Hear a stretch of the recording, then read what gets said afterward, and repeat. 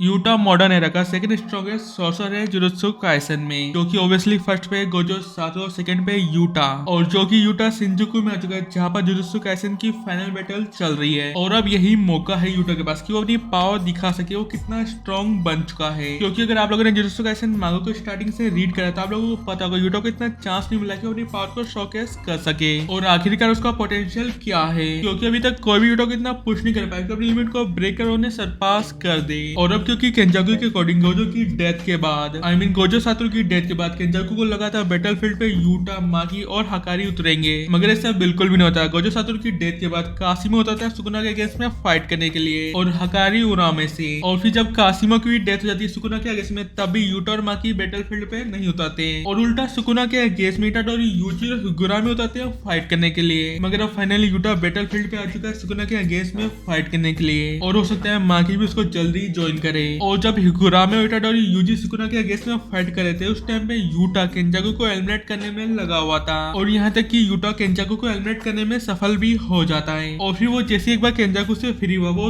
तुरंत शिंजुकू आ जाता है और फाइट को ज्वाइन कर लेता है सुकुना के अगेंस्ट में फाइट करने के लिए। और जैसे कि आप लोगों को पता ही होगा हिगुरामे मर चुका है, तो इटाडोरी यूजी सुकुना के अगेंस्ट में फाइट कर रहा था। तो अब जो कि यूटा ने भी ज्वाइन कर लिया, तो Itadori Yuji and Yuta versus Sukuna होने वाला है, और हमें king of curses versus queen of curses की फाइट देखने को मिलेगी। और अब जो कि गोजो सातोरू और यूटा काइंड ऑफ सिमिलर है। गोजो सातोरू के पास भी कोई ऐसा था नहीं कि कोई उसे चैलेंज कर पाए। हम अगर वो बात अलग है, पास्ट में जब गोजो सातोरू स्टूडेंट था, उस टाइम टोजी ने गोजो की फाड़ दी थी, और उस टाइम पे गोजो सातोरू को अपनी लिमिट को सरपास करना पड़ा था, और तब जाके उसकी अवेकनिंग हुई थी। और फिर उसके बाद से जब तक सुकुना नहीं है, कोई भी उसको चैलेंज नहीं कर पाया। और अभी सेम हाल वही यूटा का है, कोई भी ऐसा ओपोनेंट नहीं मिला कि यूटा को अपनी लिमिट को सरपास करना पड़ा। अभी तक यूटा ने जितनी भी फाइट की, उसको कोई भी चैलेंज करने वाला नहीं मिला। और गोजो सातोरू भी ढूंढ रहा था कि कोई उसको ऐसा मिले जो उसे चैलेंज कर सके, और उसकी वजह से उसे अपनी लिमिट सरपास करना पड़े। और फिर उसे मिल जाता है Sukuna, the king of curses, और इन दी एंड गोजो को मार भी देता है वो। और गोजो मरने के बाद भी बहुत खुश होता है, और मरते टाइम उसके चेहरे पे स्माइल भी थी, अगर आप लोगों ने ध्यान दिया होगा तो, क्योंकि वो कोई इलनेस या कोई फालतू चीज से नहीं मरा, वो एक ऐसे अपोनेंट से मरा जो उससे स्ट्रॉन्गेस्ट था। मगर अब बारी है यूटा की कि वो दिखा सके कि वो कितना स्ट्रॉन्ग है। और गेटो के हिसाब से रीका के पास एंडलेस कर्स एनर्जी है, उसके पास इतनी ज्यादा कर्स एनर्जी की वो गोजो सातोरू को राइवल कर सके। और यूटा के बारे में सबसे खास बात यह है कि यूटा किसी की भी एबिलिटी को कॉपी कर सकता है, और सेंडाई कॉलोनी आर्क में हमें ऐसा होते देख भी चुके हैं। और ये भी हो सकता है कि यूटा ने इतनी एबिलिटी कॉपी कर ली होगी, वो सुकुना को कभी भी सरप्राइज कर सकता है। और ये भी हो सकता है जब वो केंजाकू से फाइट करने गया था, उस टाइम कुछ ना कुछ यूटा ने केंजाकू से स्टील करा हो। और आप लोगों को ध्यान होगा जब गोजो वर्सेस सुकुना की फाइट में, जब गोजो का बुरा टाइम चल रहा था, जब वो 1v3 हो रहा था, उस टाइम पे यूटा बहुत ज्यादा गुस्सा हो जाता, अपने मास्टर को 1v3 होता देख, और वो बोलता भी कि मैं बैटलफील्ड पे उतर रहा हूँ गोजो सातोरू की मदद करने। और वो ये भी मेंशन करता है कि मैं मोहरागा और वो नए शिकिगामी को संभाल लूंगा, ताकि थोड़ा प्रेशर कम हो। इतना ज्यादा कॉन्फिडेंस रखता है यूटा। और आप लोगों को तो पता ही है मोहरागा कितना स्ट्रॉन्ग है, और उसका ही बड़ा हाथ है गोजो की डेथ के पीछे भी।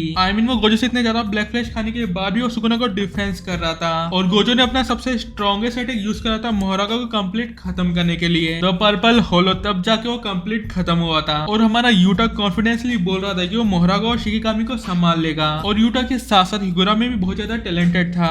वो इतना ज्यादा टैलेंटेड था कि उसने रिवर्स कर्स टेक्निक को देख के अपने पर अप्लाई कर यूज भी कर लिया। मगर हिगुरामी के पास इतना टाइम नहीं था कि वो अपने आप को ग्रो कर सके और गोजो को राइवल करे। मगर उसका उल्टा यूटा का कुछ ऐसा सीन नहीं है, उसके पास बहुत ज्यादा एक्सपीरियंस है, और पक्का उसने 1 मंथ के टाइम पीरियड में अच्छी खासी प्रैक्टिस भी करी होगी। और हमें डेफिनेटली सुकुना वर्सेस यूटा की फाइट में देखने को मिलने भी वाला है। मगर अब देखना ये कि इटाडोरी, यूजी और यूटा मिलकर सुकुना को कैसे टेक डाउन करेंगे। और मुझे पक्का विश्वास है कि यूटा गोजो को सरपास कर देगा। और नेक्स्ट चैप्टर काफी ज्यादा इंटरेस्टिंग होने वाला है, क्योंकि हमें king of curses versus queen of curses की भी फाइट देखने को मिलने वाली है। और ये भी हो सकता है कि माँ की भी फाइट को ज्वाइन कर ले। तो क्या आप भी एक्साइटेड हो फाइट के लिए? तो वीडियो को लाइक और चैनल को सब्सक्राइब करना ना भूले, ताकि आप अगली वीडियो मिस ना करो।